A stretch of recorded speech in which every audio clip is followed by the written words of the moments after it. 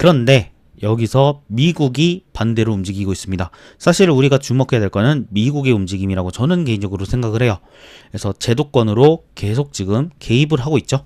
그래서 규제기관들이 정비 속도를 끌어올리고 있습니다.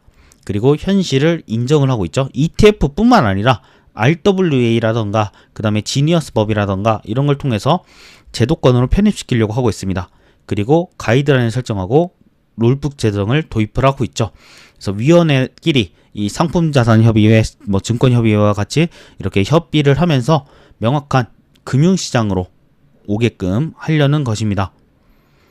그래서 미국은 절대로 코인을 없애려는 게 아닙니다. 투명하게 관리를 하려는 그런 쪽으로 가고 있고요. 그리고 장외규제 사각지대, 원래 이 코인은 탈중앙화를 표명을 했잖아요. 그래서 중앙에 감독하는 기관이 없고 서로가 감시를 합니다. 근데 이거를 다 없애고, 물론 탈중앙화는 하지만 그래도 이거를 월가라는 제도권으로 끌어올려는 움직임을 하는 겁니다. 그래서 이거를 유지는 하지만, 탈중앙화를 유지를 하지만 얘네들이 이제 본격적으로 수용을 하고 감독을 하겠다. 그게 바로 미국이 지금 꿈꾸는 것입니다. 그래서 이런 것들이 완성이 되어야 글로벌 대형기관이 편히 장내에 들어올 조건이 됩니다. 그리고 미국은 코인을 제도권 안으로 놓고 있죠. 그래서 인허가라던가 그리고 규제라던가 이런 걸 적합한 거래소를 도입을 하고 있고요. 코인베이스가 대표적이고요. 그리고 전통적인 사기를 방지하고자 하고 투자자들의 자산을 보호하려고 합니다. FTX를 너무나 잘 봤기 때문에 거래소가 마음대로 예치금을 빼돌리는 이런 일탈을 불가능하도록 설계를 하고 있고요. 그리고 전통 결제망하고 가상자산 간의 공식 연결망을 완성시키고 있습니다. 보시면은 거래소에서도 바이낸스에서도 그렇고요. 월렛이 생기고 OKX도 월렛이 생기면서 카드가 생기고 그 거래소에 있는 스테이블 코인으로 결제를 되며 그런 쪽으로 지금 계속해서 공식적인 움직임을 하고 있죠. 거기에 전통 결제망이라고 하면은 뭐가 들어가요? 비자라던가 마스터카드가 들어갑니다. 전통 업체들이랑 가상자산 이런 거래소라던가 이런 거 간에 연결망을 완성시켜서 결국은 RWA라는 이쪽으로 끌어들이려고 하고 있습니다. 지금 현재 상황이 그렇습니다. 그래서 클래리티 법안이라는 게 왜 중요하냐면요. 사실은 이 정식 규칙이에요. 명확하게. 그러니까 지금에는 법정 같은 게 아예 없었거든요. 그래서 이 시장을 규제하고 그 다음에 규정하고 이런 것들이 지금 딱 정확하게 이제는 용어라던가 이런 거를 공식적으로 인정을 한다는 거예요. 그리고 요게 또 핵심입니다. 무엇이 상품이고 무엇이 증권인지 명확히 판정을 해요. 그래서 핵심 디지털 자산의 정체성을 규정을 하고 사후 리스크를 미연에 방지하려고 하는 게 바로 클래리티 법안입니다. 다만 아직 확정이 아니라 조율 단계입니다. 아직 하원은 통과했는데 이 상원과 마지막 조율 절차가 남아있고 실제 실행까지는 세부 조정이 따를 예정이에요. 그래서 암호화폐 시장에 지금 현재 가지고 있는 가장 큰 문제는 법적 지위하고 정의가 오랫동안 불명확했습니다. 그리고 금융당국 내에서 이 쟁탈전, CFTC라는 상품이라고 하고 SEC는 증권이라고 하고 이런 상황 때문에 참여자들은 이 요구 조건에 계속해서 고통을 받아왔는데 이러니까 결국 기관 투자자들이 우물쭈물하게 되고 있어요.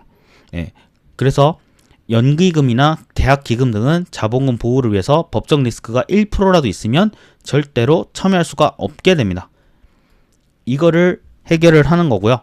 그리고 증권이냐 상품이냐를 놓고 지금 엄청나게 붙고 있어요. 그러다가 지금은 이제는 완전히 상품으로 일치를 시켜버렸습니다. 물론 일부 알트코인들은 증권성 분쟁은 진행형이죠. 다른 것들, 근데 이제 대부분 ETF를 승인된 것들은 이제는 상품으로 정의를 하고 있습니다. 그래서 이거는 결국 미래가 결정이 되게 되죠. ETF를 승인을 한 것과 아닌 것의 차이는 아무래도 엄청나게 될 겁니다. 그래서 이 SEC 증권거래위원회 그리고 CFTC 상품선물거래위원회 여기서 누가 관리를 할 것인지를 놓고 지금 엄청나게 지금 다툼이 있었다가 이제 이 클래리티 법안을 통해서 명확하게 규정을 하려고 합니다.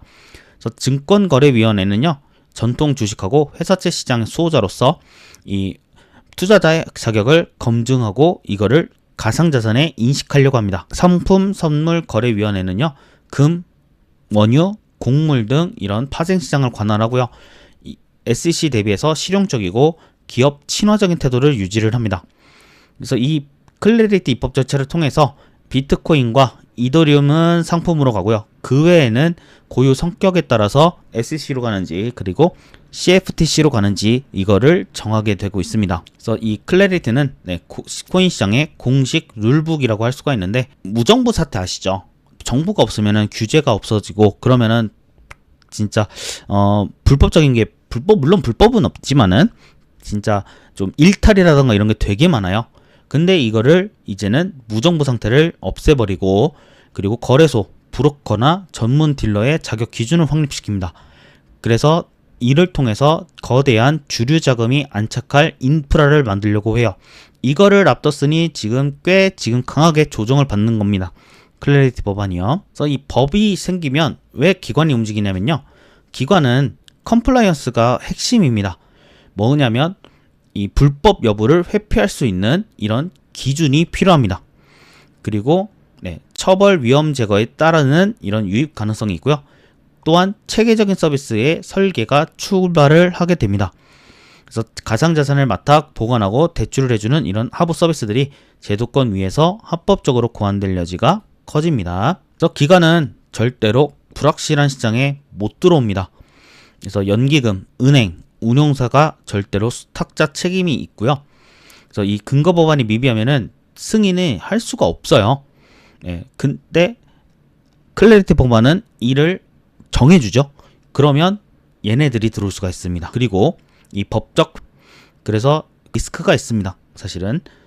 그리고 이거는 규칙이 안 정해지면은 투자를 할 수가 없으니까 무슨 뜻이에요? 대기 자금만 존재한다는 뜻입니다.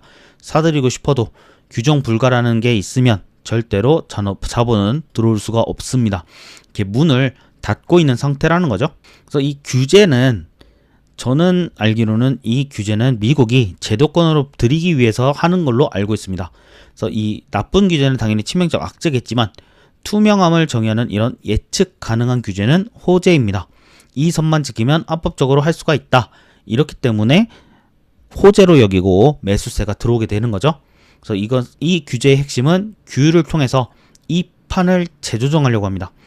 무질서했던 이런 투기판을 소수 우량자산 위주로 진짜 기성금융판으로 유도하는 이런 월가적으로 유도하는 이런 구조적인 흐름이 지금 이어지고 있는 그런 상황입니다. 또한 이런 명확한 규제는 큰 돈이 들어올 수 있는 입장권이라고 나와 있는데, 들어오기 위한 한마디로 열쇠, 발판 이런 쪽이라고 보시면 돼요. 그래서 기준선, 이 허용 가능한 이 허들을 넘길 수 있다는 겁니다. 이거는 그렇게 되면 기관들이 자본을 이동을 하게 됩니다. 규제 완비가 라이센스가 되죠. 또한 다변화된 상품 설계를 합니다. 그래서 이 수탁하고 지수 산출을 통해서 투자 성격이 전혀 다른 대량 퇴직연금 자산들도 진입할 길이 생깁니다. 또한 수급 동력의 중심이 이제는 공룡, 즉 기관으로 교체를 합니다. 이러면 개인 투자자들이 이 패닉셀 이거가 되게 자주 나왔다면 이제는 기관들이 제대로 들어오면은 절대로 이런 패닉셀이 잘 나오지를 않게 됩니다. 다만 모든 게 좋아지는 건 아닙니다. 당연히 이거는 강력한 거름망 역할을 하는 거죠. 그래서 영세하고 이 투명하지 못한 이런 잡코인들은 생태계 밖으로 퇴출당할 수 있습니다. 또한 비트코인과 이더리움은 상품이지만 그 외에 나머지 코인들에서 일부는 증권성 소송이 당연히 걸릴 수가 있어요. 그러면 리스크가 있기 때문에 그에 대한 수요는 없어지겠죠. 그래서 아마 제가 보기로도 무지성 코인 불장은 없을 거라고 봅니다. 선별적으로 유명하고 제도권이 수용하는 그런 코인들만 불장이 오지 않을까, 개인적으로는 그렇게 생각을 합니다. 그래서 여기서 비트코인이 가장 유리한 이유는요, 가장 오래되고 널리 퍼진 이런 최초의 디지털 자산이기 때문입니다. 그래서 크립토 역사에서 검증되었고 17년 이상 해킹 없이 네트워크 무결성을 유지해 왔고요. 또한 탈중앙성 강력합니다. 아무도 이거를 인위적으로 조정을 할 수가 없고요. 기관들이 당연히 1순위로 선택을 했습니다. ETF도 1등으로 왔죠. 1등으로 승인이 됐고, 그리고 지금 여러 제도적인 면에서 계속해서 받아들이려고 하는 게 바로 비트코인입니다. 거기에 이더리움은 RWA 통해서 지금 주목을 받고 있는데요. 그래서 스마트 계약을 구현한 이런 강력한 블록체인 인프라를 갖추고 있습니다. 이런 가치 저장 수단이 넘어가지고 이 다양한 조건 계약을 실행하고 금융 앱을 올릴 수 있는 이런 기틀을 닦았습니다. 또한 탈중앙화 금융 DeFi라고 하죠. 그리고 토큰화 자산을 허브로 할 수가 있어요. 국채, 회사채, MMF가 토큰화되어서 발행될 때 가장 많이 선택하는 게 바로 이더리움입니다. 그리고 다른 영역에서의 압도적인 수혜를 가지고 있는데요. 비트코인과는 다릅니다.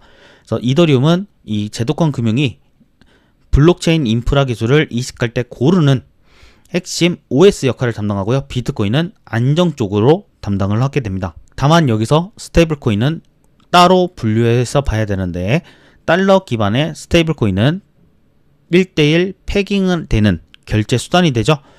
다만 이거는 별도 규제를 합니다. 그리고 RWA의 이런 실물 연동 거래에서 법정 완패의 대역 역할을 합니다. 내가 예를 들어서 건물 여기 잠깐 한 5만 달러어치를 살 때 5만 달러를 주는 거는 뭘로 줘요? 스테이블 코인으로 줍니다. USDC라는 그런 뜻이에요. 그래서 이게 무슨 역할을 한다? 법정 화폐 역할을 한다는 겁니다. 그래서 알트코인은 당연히 아까 설명드렸듯이 본격적인 이런 선별의 시대가 곧 올 예정입니다. 그래서 실물 경제에 증명된 사용 가치 입증을 요구를 하게 되고요. 그리고 초기 투자 방식 등 규제 압박이 증명이 됩니다. 직면하게 됩니다. 그리고 탈중앙 유틸리티 선별 기준이 생기게 되죠. D앱의 지불 비용이라던가 수수료라던가 의결권이라던가 실생활 유용성을 검증받은 프로젝트만 입지를 공고히 합니다. 그래서 잡코인은 오히려 걸러질 수 있다는 게 핵심입니다. 당연히 받아들여지지 않고 제도권으로 들어가지 않는 것들은 나가게 되겠죠. 그러면 근거 없이 갖고 있는 이 코인의 세력들은 물량을 넘기면서 빠져나갈 겁니다. 그러면 유동성이 공백이 되고 바닥 우려가 생기게 됩니다. 그래서 잡코인은 조심해야 됩니다. 여기서 살아남는 것과 사라지는 코인이 있을 건데, 살아남는 거는 당연히 제도권으로 엄격히 상장할 수 있는 그 가이드를 채운 자산들은 생존할 겁니다. 비트코인, 이더리움, 솔라나부터 해가지고 RWA에서 유용한 것들 있잖아요. 실제로 많이 쓰는 그런 코인들은 살아남을 거지만 실체가 없고 진짜 규칙이 없는 시총이 작은 그런 코인들은 당연히 뒤로 갈 겁니다. 그래서 비트코인과 이더리움 중심의 양강 독점 구도는 저는 어느 정도 될 거라고 봐요. 여기에 조금 더 하면은 수위가 있을 거고, 그래서 비트코인은 투기에서 기성 제도권 자산으로 편입이 됩니다. 그래서 과거에는 레리 핑크도 2017년에 돈 세탁이라고도 했고 도박이라는 이미지를 매우 많이 부정적으로 말을 했는데, 이제는 합법적으로 현물 ETF 상장이라는 자격을 승인시켜 줬고요. 그리고 국부펀드나 연기금의 실질 담보 검토 대상이 됩니다. 실질 담보 검토 대상이라는 거는 되게 중요한 얘기입니다. 담보로 간다는 거, 안전자산화 간다는 겁니다. 그래서 인플레이션이라던가 장기 포트폴리오 실물 대안으로 고려될 정도로 지금 현재는 격상 중이라는 거. 그래서 CFTC에서 상품선물거래위원회죠. 여기서 이제 담보 허용이 진짜 중요한 이유는요. 지금 현재 비트코인, 이더리움, USDC를 담보로 조율하는 것을 인정을 했는데, 기성 금융시장 거래를 직접적으로 활용을 할 수 있습니다. 이걸 담보로 해서 이제 빌릴 수가 있는 거죠. 돈을 빌려서 사고 그런 것들을 할 수가 있습니다. 그래서 장기 부가 서비스들과 결제망에 온체인 기술이 이식되는 이런 전환이 되는 거, 그게 엄청나게 중요한 일이 됩니다. 그래서 현금하지 않고도 보유한 비트코인을 그대로 예치를 하고 다른 계약의 증거금으로 묶는 거, 한마디로 나 이거 비트코인 이거 담보로 이거 빌릴게, 요거 담보야. 비트코인을 담보로 해가지고 뭘 빌리는 게 된다는 거예요. 엄청난 혁신입니다. 불과 10년 전에는 엄청나게 뭐라고 했어요, 둘 다. 그래서 인정된다는 거는 당연히 신용과 가치의 대명사입니다. 그래서 위기 시에도 안전지대로 상계 교환이 인정되는 이런 부의 증빙으로 등록됨을 말을 하고요. 그리고 대출을 포함한 이런 레버리지가 합법적으로 쓸 수가 있게 됩니다.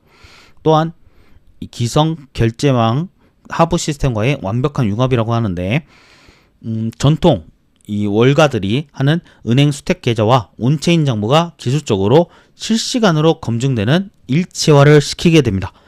그래서 RWA의 거는 저는 5년은 보면은 되게 미래가 밝다고 생각을 해요. 그래서 비트코인, 이더리움, USDC가 1순위로 선발된 이유는요. 당연히 비트코인은 글로벌 가상자산 1호입니다. 그렇기 때문에 독점을 가지고 있어요.